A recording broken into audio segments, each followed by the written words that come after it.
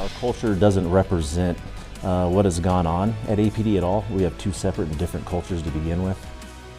Bernalillo County Sheriff John Allen disagreeing with Mayor Keller's comments following a federal investigation into APD's DWI units. And we spoke with the mayor yesterday about those more than 150 dropped DWI cases, all of them worked by 4 officers whose homes were raided.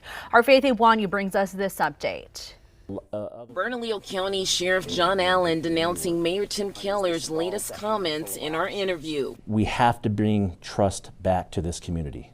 This case does not help at all. 4 homes of APD officers raided last week. 2, if something of that light did come up, I would be apprised of it and an investigation would take place and I would have full cooperation with the feds. KOAT speaking with the mayor on Tuesday following the federal investigation into APD's DWI units. I hope, if it's true, these individuals never work at APD or in Albuquerque again. Keller having this to say when asked about the FBI raids. What I'm aware of so far, number one, is this involves a handful of officers.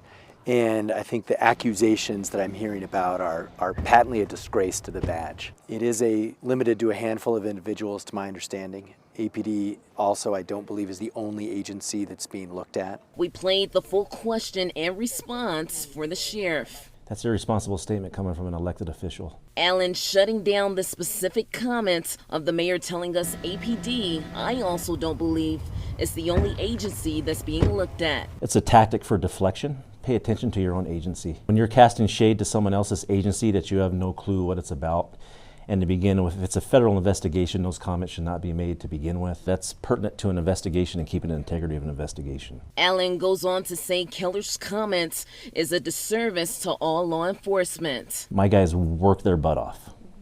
And now every deputy that's in DWI right now is being looked at. How did you get this car? How did you get this house? And reminds us to keep victims of DWI in mind.